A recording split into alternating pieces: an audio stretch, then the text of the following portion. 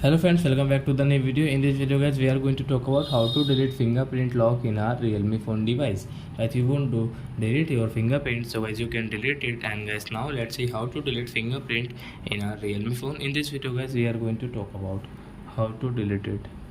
So before starting video friends, I want to tell you, if you're new in my channel and you are watching my video first time, so first of all go and subscribe my channel, click the bell icon and like my videos.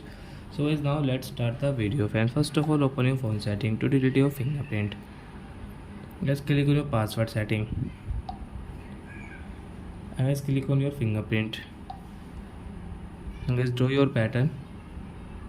And as you can see this add fingerprint, so as you want to add, so as you can add from here. And guys you want to delete, so as you can see this right side delete option, delete fingerprint. So you can delete your fingerprint, so your fingerprint will not work in your Realme phone. So I hope friends you have understood how to delete fingerprint in Realme phone device. So that's it guys, thanks for watching. Now we will meet on next video with new topic. Before going, please go and like my video, subscribe my channel. Bye bye friends.